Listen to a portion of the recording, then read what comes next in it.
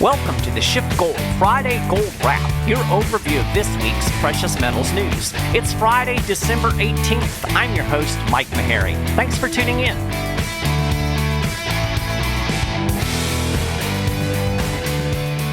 So the Federal Reserve held its last meeting of the year this week. As far as actual policy goes, it was pretty much what everybody expected. The new normal will continue. Interest rates are going to stay at zero, and the money printing presses down in the basement of the Eccles building are going to keep right on humming. Now, I've been saying for weeks that you're going to get stimulus. I mean, even if there's a vaccine, even if the economy appears to be improving, if nothing else, all of the blah, blah, blah coming out of the Fed should make this absolutely clear. And by the way, the economy doesn't appear to be improving. I'll get to that in just a second. Gold rallied this week with Congress apparently getting close to passing more fiscal stimulus, and of course with the soothing words from the Fed. Gold hit a 6-week high yesterday, but couldn't quite break through that 1900 level. It peaked at about $18.93 an ounce. As I'm recording the podcast, gold is currently trading at about $18.87. Silver had an even bigger run. It was up $1 at one point and just barely missed cracking $26 an ounce. And I mean barely. We got up to $25.99 yesterday. Now keep in mind, earlier in the week, we were below $24 an ounce. A lot of people really like silver in the longer term. Not only do you have the loose monetary policy working in its favor, you also have the prospect of an improving economy driving up industrial demand. Plus, most people expect the push for green energy to continue, and silver is a big part of that. And even if the economy doesn't rebound like a lot of people think it will, governments are going to continue to fund things like solar energy. It's really a win-win environment for the white metal. You know, it's easy to feel like both gold and silver have been stuck in the mud for the last few months, but just look at silver over the year. Investment in physical silver is expected to surge by 27% to 236.8 million ounces in 2020. That's going to be a 5-year high. And it looks like the silver price is probably going to chart something in the neighborhood of a 27% year-on-year gain. So not too shabby, the last couple of months of sluggishness notwithstanding. Now, meanwhile, the dollar has been getting progressively weaker. This is absolutely what you would expect with all of this money printing, right? We've never seen the money supply increase at the rate it has over the last 9 months or so. I mean, if you look at a chart, the line almost goes straight up. Even before the FOMC statement, the dollar index hit its lowest level since April 2018, and with little fanfare, it dropped below 90 yesterday. Given the dollar weakness, you'd expect gold to be trading even higher right now than it is, but of course we still have this risk-on sentiment in the markets, which is being driven by exactly the same thing that's pushing the dollar down: stimulus, both monetary and fiscal. It's almost like people are equating stimulus with economic success. I mean, who needs a strong economy when the Fed can just print money for Uncle Sam to shower over our heads, right? And of course, we don't have a strong economy. Vaccines started rolling out this week with much pomp and circumstance, but of course that's not going to stop the Rona on a dime. It's going to take a while, and in the meantime, we have more government shutdowns. The fabled economic recovery everybody was talking about just a few months ago has completely vanished.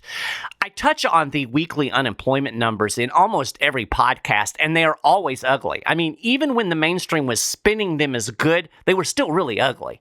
We still haven't had a weekly jobless claim number lower than the old record that was set during the Great Recession.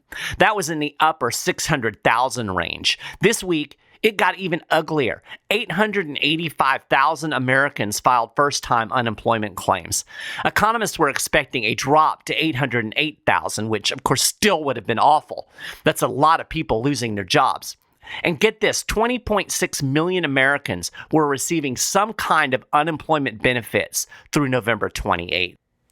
Another number that came in shockingly bad was November retail sales. This is particularly troubling given that the U.S. economy is basically built on people buying stuff. Retail sales fell by a seasonally adjusted 1.1% in November, according to the Commerce Department. It was the biggest drop in 7 months.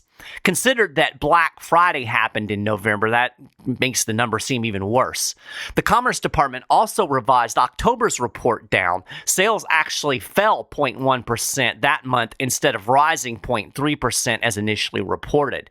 The internals in the retail report were also bad, all showing bigger than expected drops. So, will the economy rebound if the vaccine proves effective? Well, of course, but it's going to take a while. Wall Street was acting like we'd get a vaccine and boom, we'd be off and running. And I still contend that the ensuing recovery is going to be tepid.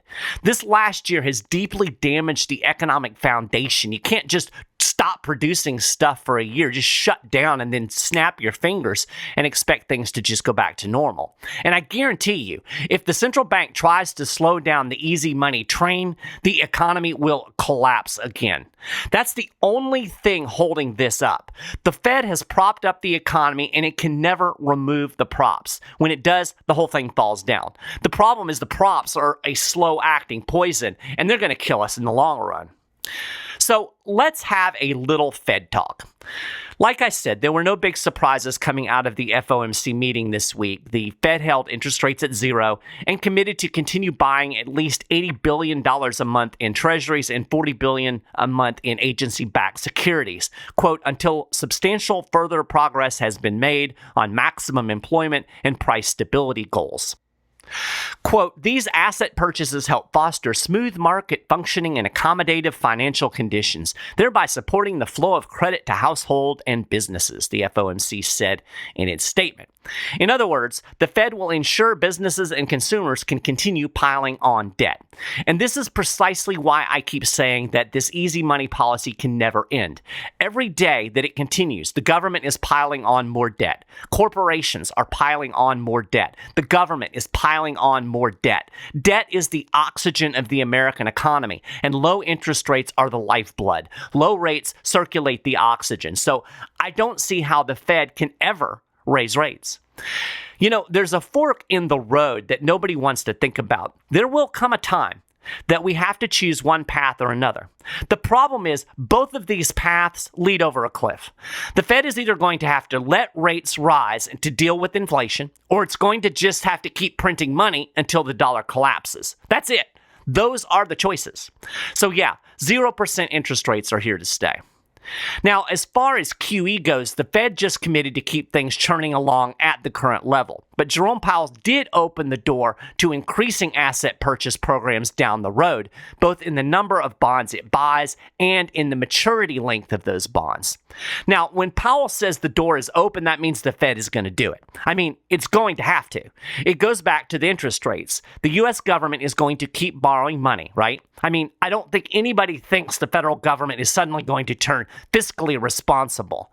The current mantra is that now is not the time to worry about the debt. Powell even said this during his presser. He said, from my way of thinking, the time to focus on this is when the economy is strong, unemployment is low, and taxes are pouring in, and there's room to get on a sustainable path because the economy is doing well. Of course, this is BS. We supposedly had the greatest economy in the history of the world in 2019, and Trump managed to run what was then, at the time, the fifth biggest deficit in history. But that's another issue altogether. The point is the borrowing and spending will continue. Even at the current rate of spending, you can expect massive deficits, and as I've already said, there will be more stimulus. By the way, Powell is pushing stimulus hard, too. He said, the case for fiscal policy right now is very, very strong, and I think that's widely understood. It's coming down the pike, probably before the end of the year. And if I were a betting man, I'd wager we'll get another round of stimulus sometime next year. Now, whether anybody worries about it or not, more stimulus will mean more borrowing and even bigger deficits. And the only way to prevent those deficits from pushing interest rates higher will be to expand quantitative easing and monetize the debt. I mean, even without more stimulus, the Fed is going to have to ramp up QE. Bank of America analysis shows that the Fed will have to double its current rate of Treasury purchases just to keep up with the current level of U.S. government borrowing. That's not factoring in future rounds of stimulus. You see, this is the program.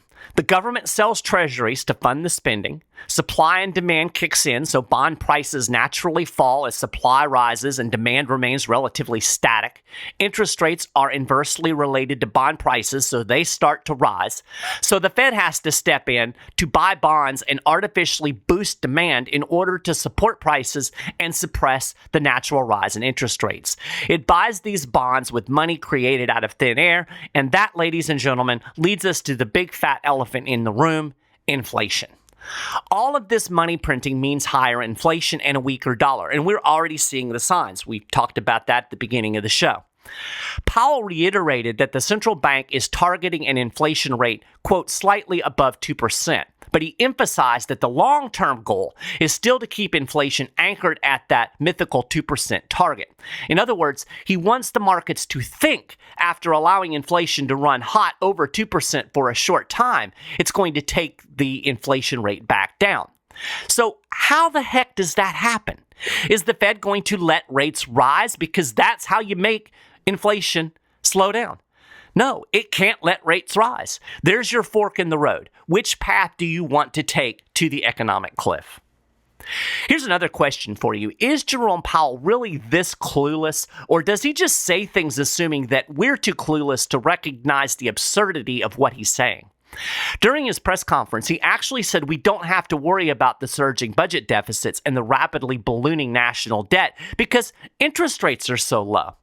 I mean, he just brushed right over the fact that the only reason rates are low is because the Fed has its big fat thumb on the bond market. If it weren't for the Fed backstopping the bond market and monetizing the debt, interest rates would already be rising, exposing the fact that the U.S. government has already gone far beyond the limits of, quote, sustainable deficits. The question is whether or not the Fed can keep doing this indefinitely, and the answer to that question is an emphatic no. At some point, the dollar caves. So here's the question for you. Are you ready for that fork in the road? A SchiffGold precious metal specialist can help with that. I highly recommend call 1-888-GOLD-160 today or shoot them an email at info@SchiffGold.com. These guys can help you look at your portfolio, figure out how precious metals can help shield your wealth from the inflation that is surely coming down the pipe. So that is a Friday Gold Wrap. Before I go, a little bit of housekeeping. There will not be a Friday Gold Wrap podcast next week because Friday will be Christmas. So I'm just going to take the week off. I think it is the only week of the year that I did not do a Friday Gold Wrap. So not one this week. The following Friday would, of course, be New Year's Day. I'm also not going to do a New Year's Day Friday Gold Wrap, but I'm going to do one on New Year's Eve and kind of look back over the past year. So no show next week, and then we'll have the Friday Gold Wrap on Thursday the following week. So that's it. You can get more details on all of the stories that I've talked about today and more, and keep up with the latest precious metals news and analysis throughout the week over at SchiffGold.com/news. If you haven't done it already, you can subscribe to the Friday Gold Wrap over at iTunes or on the SchiffGold YouTube channel, on Stitcher, Google Play. Links to all of that are on the show notes page. I do appreciate you listening to the show. I hope you have a wonderful holiday season, and I will talk to you on New Year's Eve.